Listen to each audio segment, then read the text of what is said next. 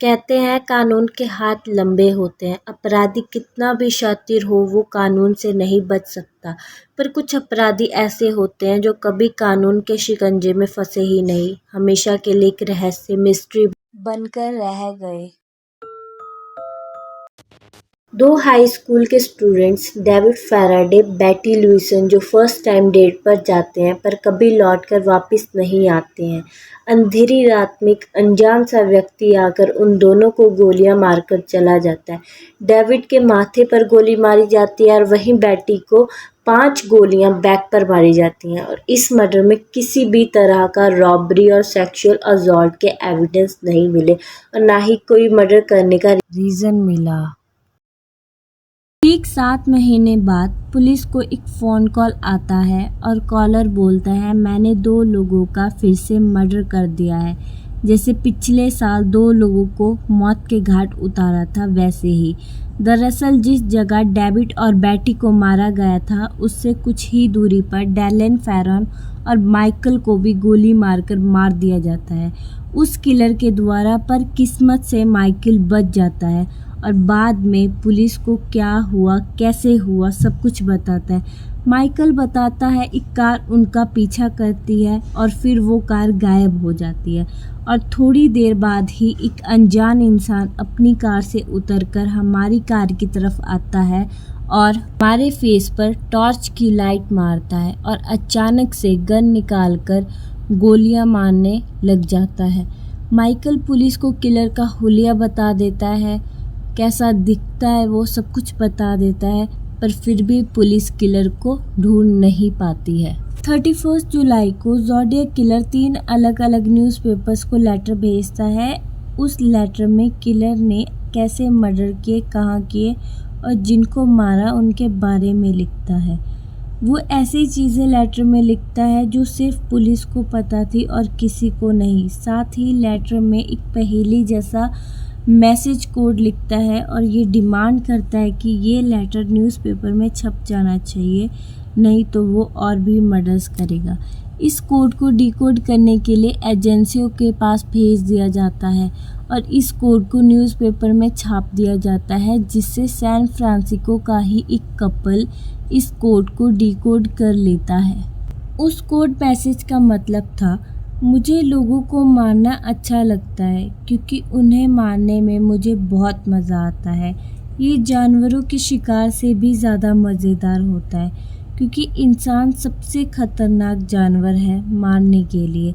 सबसे बढ़िया बात ये है कि ये जब मैं मरूंगा तो स्वर्ग में जाऊंगा और जिनको मैंने मारा है वो सब मेरे गुलाम बन जाएंगे। इसीलिए मुझे और भी ज़्यादा गुलाम चाहिए जिसके लिए मैं और मर्डर्स करूँगा। इस दिन एक और कपल ब्रायन हार्टनेल और सेसिलिया शेफर्ड दोनों ही कैलिफोर्निया की लेक पर एंजॉय कर रहे होते हैं। तभी एक अनजान सा व्यक्ति, अजीब सा व्यक्ति उनकी तरफ आता है और अचानक से उनके आगे खड़ा होकर गन निकालकर दोनों के हाथ पैर को बांध देता है और चाकुओं से ज़ोरदार वार करने लग जाता है। जब किलर को लगा दोनों मर गए हैं तो वो उनकी गाड़ी पर मर्डर का टाइम, प्लेस, डेट, किस वेपन से मर्डर किया और अपना साइन बनाकर चला जाता है। फिर किस्मत से ब्रायन बच जाता है और वो सारी डिटेल्स पुलिस को बता देता है। 2 हफ्ते बाद ज़ोडिएक किलर एक टैक्सी में बैठता है और टैक्सी ड्राइवर को मैपल स्ट्रीट जाने के लिए बोलता है। जैसे ही टैक्सी मैपल स्ट्रीट के आसपास पहुंचती है, ज़ोडिएक किलर कार को रोकने के लिए बोलता है। जैसे ही टैक्सी ड्राइवर टैक्सी को रोकता है, ज़ोडिएक अपनी गन निकालकर ड्राइवर को जान से मार देता है। ज़ोडिएक किलर टैक्सी ड्राइवर का खून से लथपथ कपड़े के टुकड़े को अपने साथ लेकर चला जाता है। पर ये सारा मंजर पास की बिल्डिंग से 2 बच्चे देख रहे होते हैं और वो पुलिस को इन्फॉर्म करते हैं। पर बच्चों से ज़ोडिएक किलर के हुलिया बताने के समय गलती हो जाती है, जिससे किलर एक बार फिर बच जाता है। कुछ समय बाद पुलिस और न्यूज़पेपर के पास एक और लेटर पहुंच जाता है जिसमें वो टैक्सी ड्राइवर के मर्डर के बारे में बताता है। साथ ही वो टैक्सी ड्राइवर के कपड़े के टुकड़े को भी साथ में ही भेजता है। और इस इंसिडेंस के बाद ज़ोडिएक एक लेटर में स्कूल बस पर अटैक करने की बात करता है, पर वो अटैक करता नहीं है। 10-15 दिन बाद ज़ोडिएक किलर एक बार फिर से लेटर भेजता है। इस बार लेटर के साथ एक कोड भी भेजता है जो कि बेहद मुश्किल होता है। इस कोड को 50 साल लग जाते हैं डिकोड करने के लिए।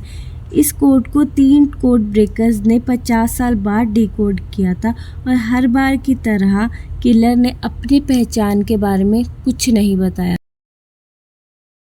I hope you are having lots of fun in trying to catch me. That was not me on the TV show. A point about me: I am not afraid of the gas chamber because it will send me to paradise all the sooner, because I now have enough slaves to work for me where everyone else has nothing when they reach paradise.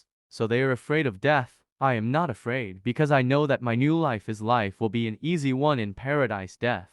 Zodiac killer ने कई सालों तक letter लिखे और भेजे। कई बार तो उसने मूवीज़ के रिव्यू ही लिखे। 30 जनवरी को ज़ोडिएक किलर का लास्ट लेटर मिला। ज़ोडिएक किलर ने अपने लेटर में लिखा कि मेरे मर्डर करने का स्कोर 37 है, सैन फ्रांसिस्को का स्कोर 0 है। ज़ोडिएक किलर ने मर्डर करने की संख्या पुलिस के अकॉर्डिंगली ज़्यादा बताई है। पुलिस के अकॉर्डिंगली ज़ोडिएक ने सिर्फ 5 कत्ल किए हैं, पर वो 37 बताता है। पुलिस ने कई बार कई लोगों को शक की बुनियाद पर उठाया, पर किसी के खिलाफ सबूत ना मिलने पर ज़ोडिएक किलर कभी पकड़ा नहीं गया।